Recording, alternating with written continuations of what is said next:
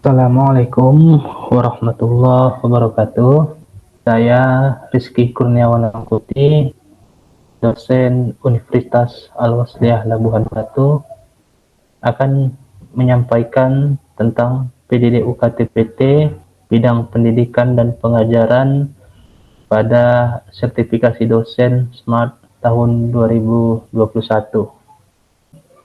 Di sini saya akan menjelaskan tentang perkuliahan yang saya ampu pada mata kuliah kalkulus integral dengan sistem DIA, yaitu Delivery Interaction Assessment, yang terbagi atas di mana pada poin delivery ada deskripsi mata kuliah, kemampuan yang diharapkan, materi pembelajaran, sistem pembelajaran, metode pembelajaran. Kemudian di bagian interaction ada interaksi dosen dengan mahasiswa, kreativitas dalam menyampaikan materi. Kemudian di assessment ada sistem penilaian mata kuliah. Di sini pada poin pertama tentang deskripsi mata kuliah.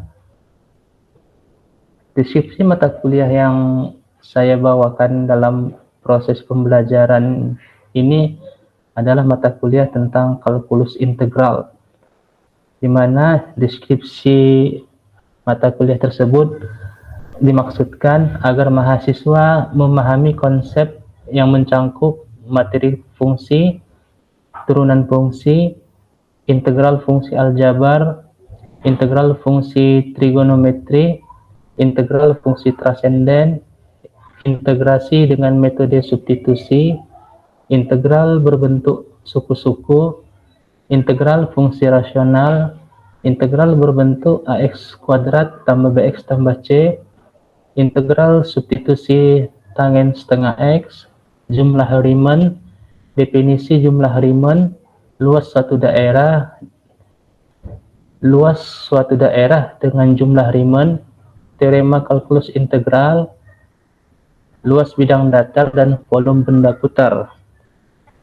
Kemudian di kemampuan yang diharapkan pada bagian interaction mencakup dua CPMK, yaitu CPMK 1 dan CPMK 2, di mana kemampuan yang diharapkan ini mengacu kepada capaian pembelajaran mata kuliah, yaitu di CPMK 1, di mana mahasiswa diharapkan mampu menguasai konsep kalkulus integral yang terbagi dalam 4 indikator, yaitu capaian pembelajaran pada sikap yang kelima, capaian pembelajaran pada aspek pengetahuan yang pertama, keterampilan umum yang pertama, dan keterampilan khusus yang pertama. Kemudian pada CPMK kedua, di sini mahasiswa diharapkan mampu mengungkapkan kembali atau mengkomunikasikan isi bacaan atau gagasan terkait dengan konsep kalkulus integral, baik secara tertulis maupun secara lisan. Nah, di sini terbagi ke dalam 4 capaian pembelajaran pada aspek sikap, yaitu aspek sikap yang ketujuh, kemudian aspek pengetahuan yang ketiga, aspek keterampilan umum yang kedua, dan aspek keterampilan khusus yang ke-8. Selanjutnya, materi pembelajaran yang saya gunakan pada video kali ini yaitu tentang integral dengan metode substitusi. Nah, kita tahu bahwa integral dengan metode substitusi ini merupakan bagian dari materi kalkulus integral. Kemudian sistem pembelajaran yang saya gunakan dalam video kali ini yaitu dengan menggunakan Google Meet yang dilaksanakan secara online atau dalam jaringan. di mana mahasiswa dituntut untuk dapat menggunakan Google Meet sebagai bentuk dari solusi dalam masa pandemi saat sekarang ini. Kemudian metode pembelajaran yang saya gunakan dalam proses pembelajaran di video saya yaitu dengan project based learning, yaitu pembelajaran berbasis project. Nah, di mana project based learning ini siswa dituntut untuk mengidentifikasi masalah, kemudian menganalisis dari masalah tersebut. Kemudian mahasiswa juga dituntut untuk melakukan investigasi, kemudian mengidentifikasi sumber dan hasil penelitian, seterusnya melakukan uji coba dari hasil penemuannya, dan terakhir mempresentasikan hasil temuannya di depan kelas. Kemudian metode pembelajaran diskusi dalam kelompok kecil juga kita terapkan agar siswa yang memiliki kemampuan rendah dapat terbantu melalui diskusi yang kita bentuk secara diskusi grup kecil. Yang kedua, interaction. Nah, interaction di sini kita memaksimalkan bahwasanya ada interaksi dosen dengan mahasiswa, yaitu ketika proses pembelajaran saya berusaha untuk memaksimalkan segala potensi dari pembelajaran online agar mahasiswa tertarik dengan materi yang saya ajarkan. Kemudian dalam menggunakan aplikasi pembelajaran daring, diharapkan nanti mahasiswa dapat lebih kreatif dalam menggunakan media online tersebut. Di sini saya mengambil media Google Meet sebagai bentuk dari penyampaian materi saya yang dilakukan secara online. Kemudian di bagian assessment di sini ada dua bagian, yaitu ketentuan umum dan ketentuan khusus. Di bagian ketentuan umum ini sistem penilaiannya yaitu terbagi menjadi dua. Yang pertama itu adalah bahwa mahasiswa diwajibkan untuk hadir sebanyak 75% dari 16 kali pertemuan.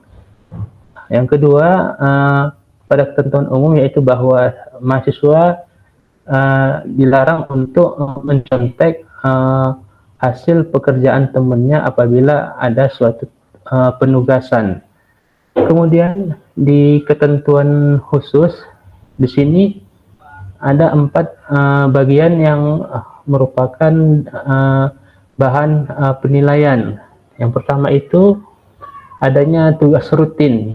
Tugas rutin ini ditunjukkan oleh lembar kerja yang harus dikerjakan siswa secara kontinu.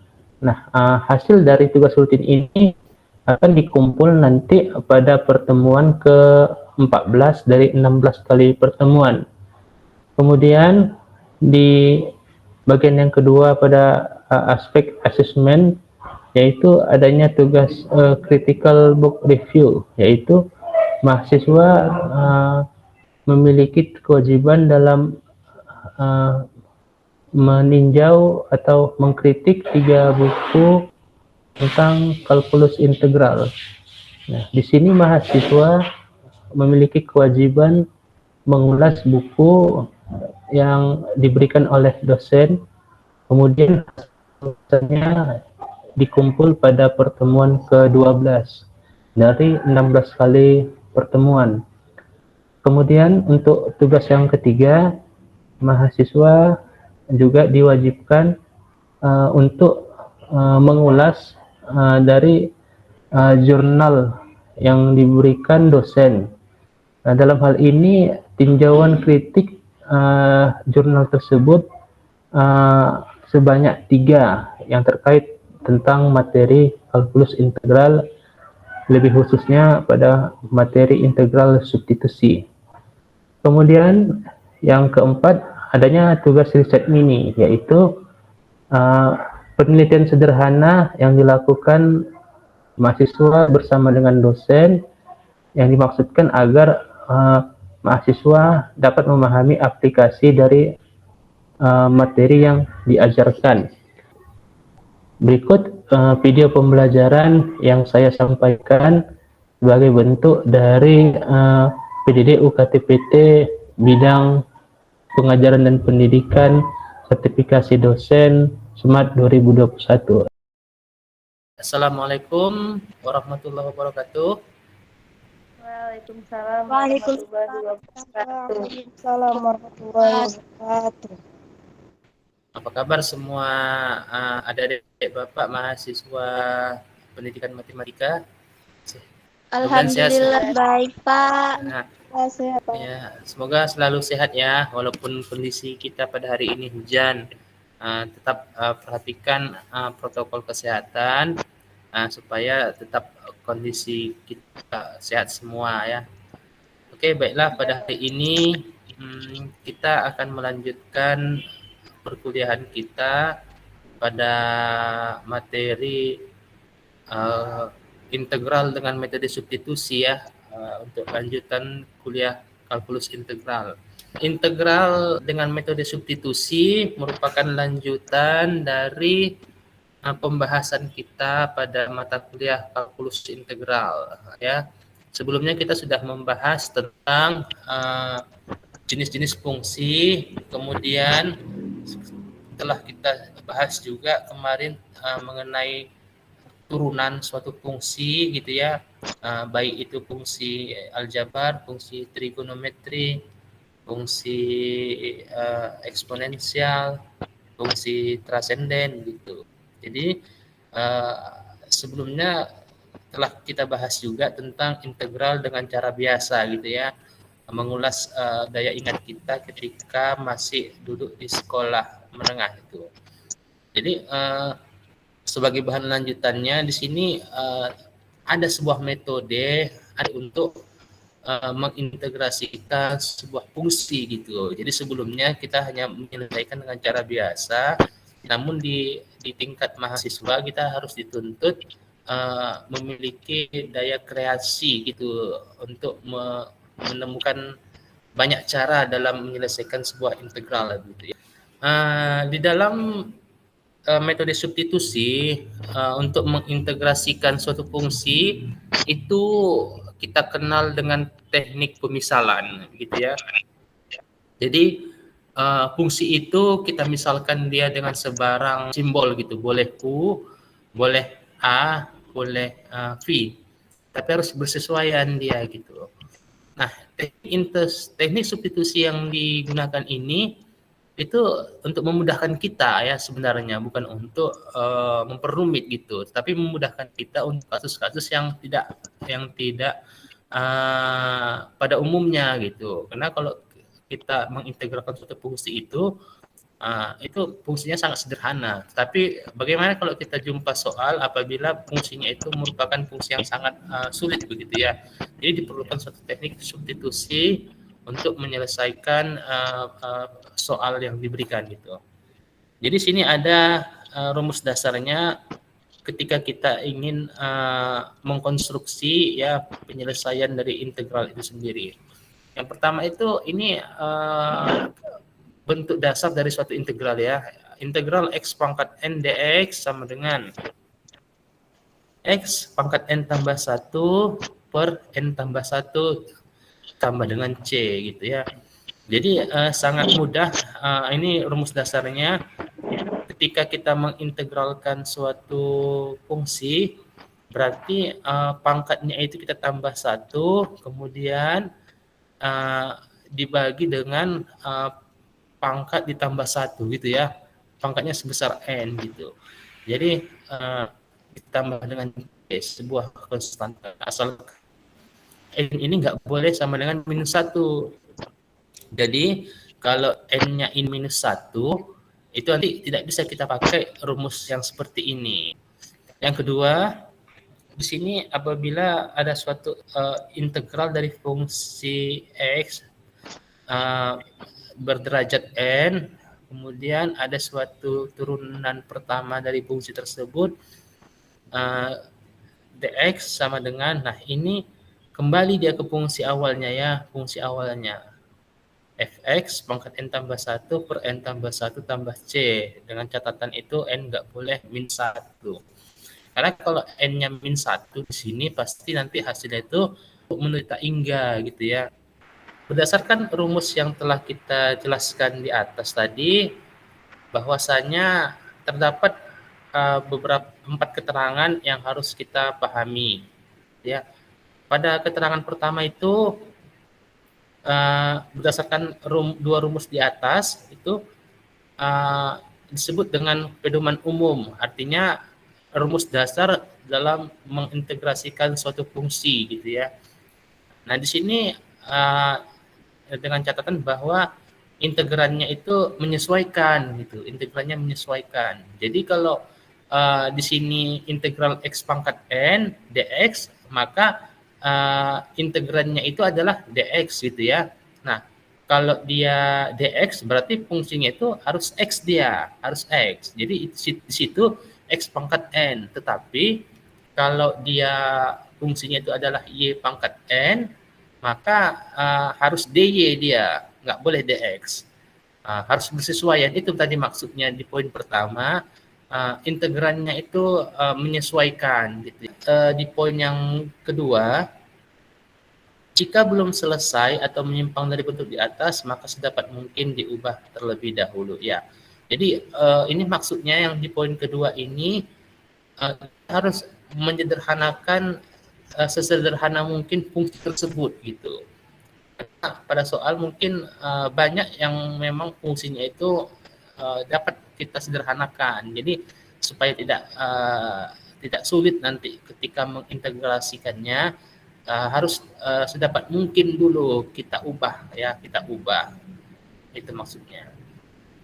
Kemudian yang poin ketiga, setelah integrannya sesuai itu ya, setelah integran sesuai dengan bentuk baku integralnya, kemudian dapat dilakukan dengan mengaplikasikan rumus dasar. Ya, jadi kalau nggak sesuai dia mana bisa kita integralkan gitu ya. Kalau contohnya yang nggak sesuai itu integral x pangkat n dy. Nah itu nggak bisa kita pakai rumus yang di atas ini gitu.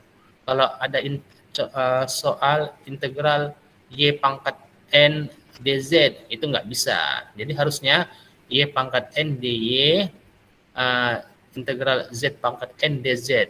Nah itu baru integrannya sesuai dengan bentuk baku integralnya. Kemudian yang keempat itu akhirnya setelah ketiga poin tersebut dipenuhi, baru bisa kita lakukan dengan metode substitusi, begitu ya. Jadi harus ada syarat-syaratnya dulu. Tadi yang pertama integrannya harus sesuai, yang kedua harus sederhana mungkin gitu ya. Nah yang ketiga setelah integrannya sesuai, baru dapat kita pakai dua rumus itu. Nah baru kita bisa pakai metode substitusi. Ya, kemudian di slide keempat,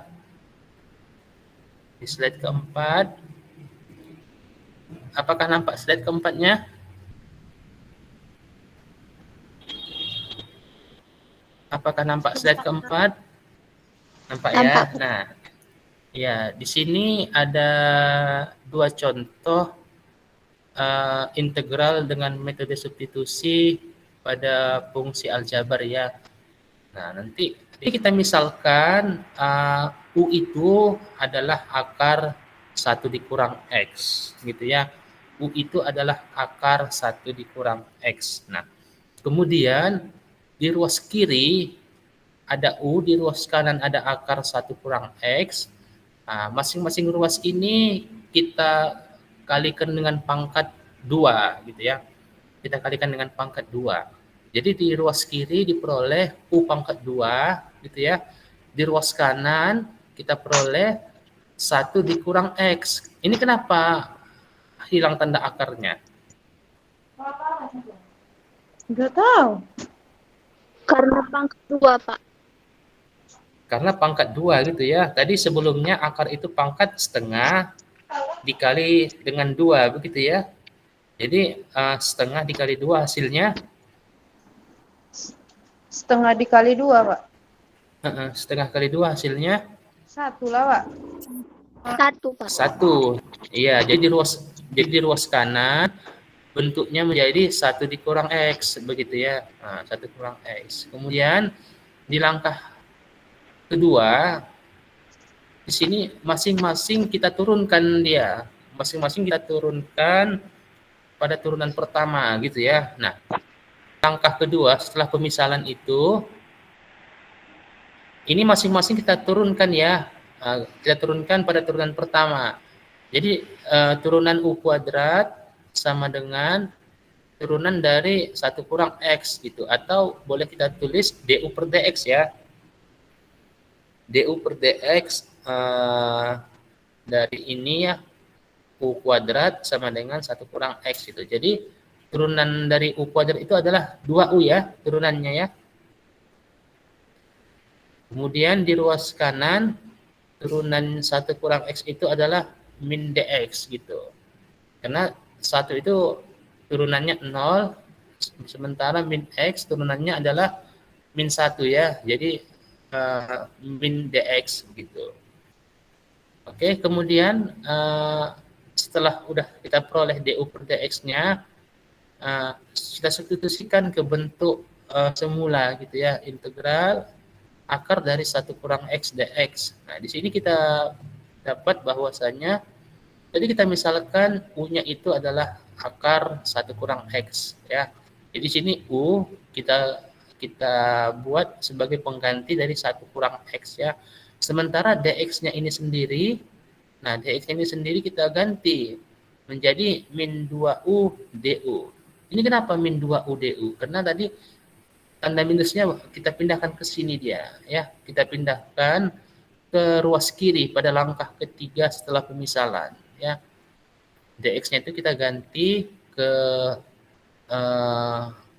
sebelah kiri menjadi min 2U du. Oke, Bapak tanya di sini ya. Yang contoh berikutnya ini coba kita pahami dulu ya. Kita pahami nanti kemudian boleh bertanya begitu ya.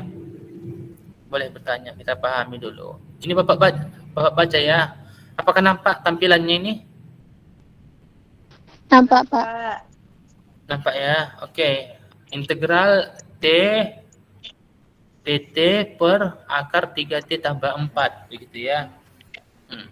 Oke, silahkan dulu dipahami dalam waktu 2 menit ya. Dalam waktu 2 menit nanti kemudian diskusi begitu ya.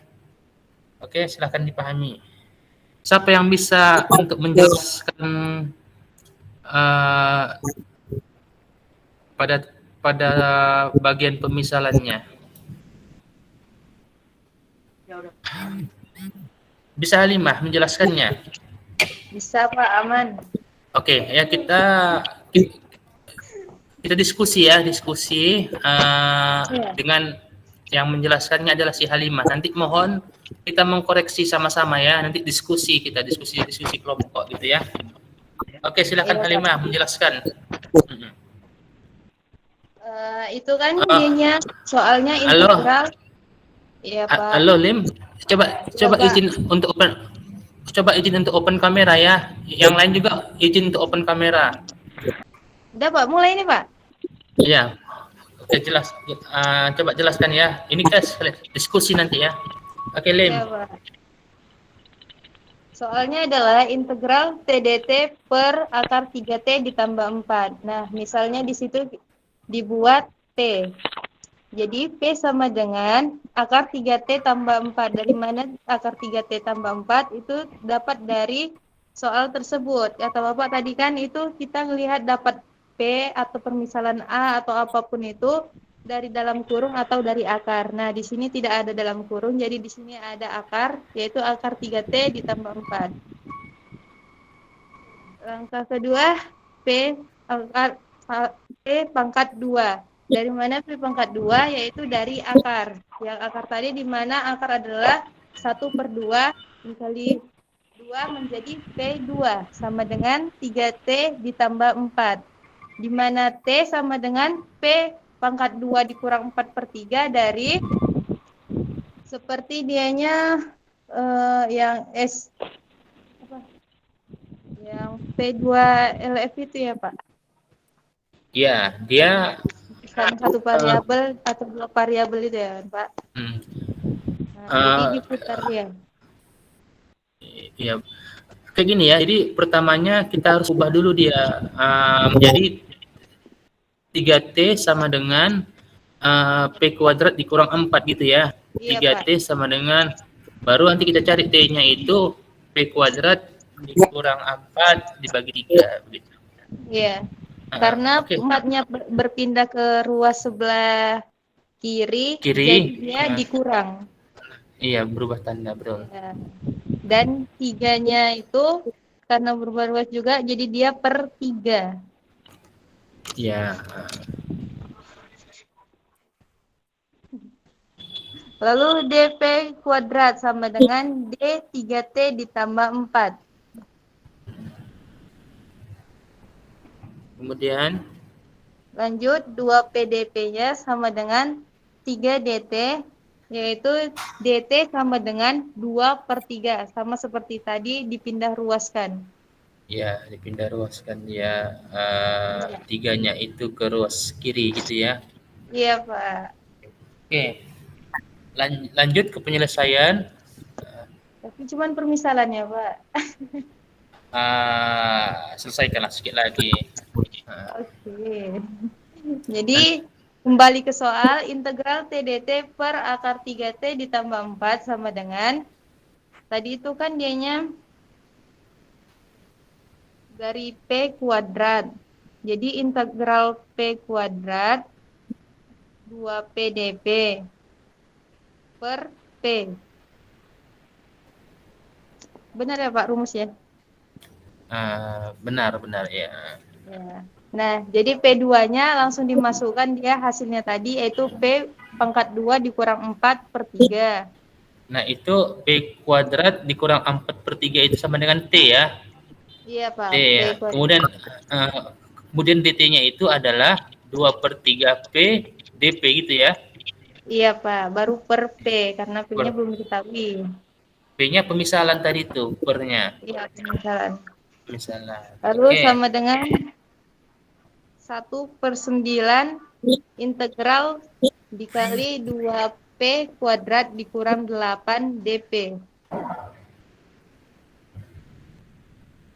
Nah, itu kenapa menjadi 1/9?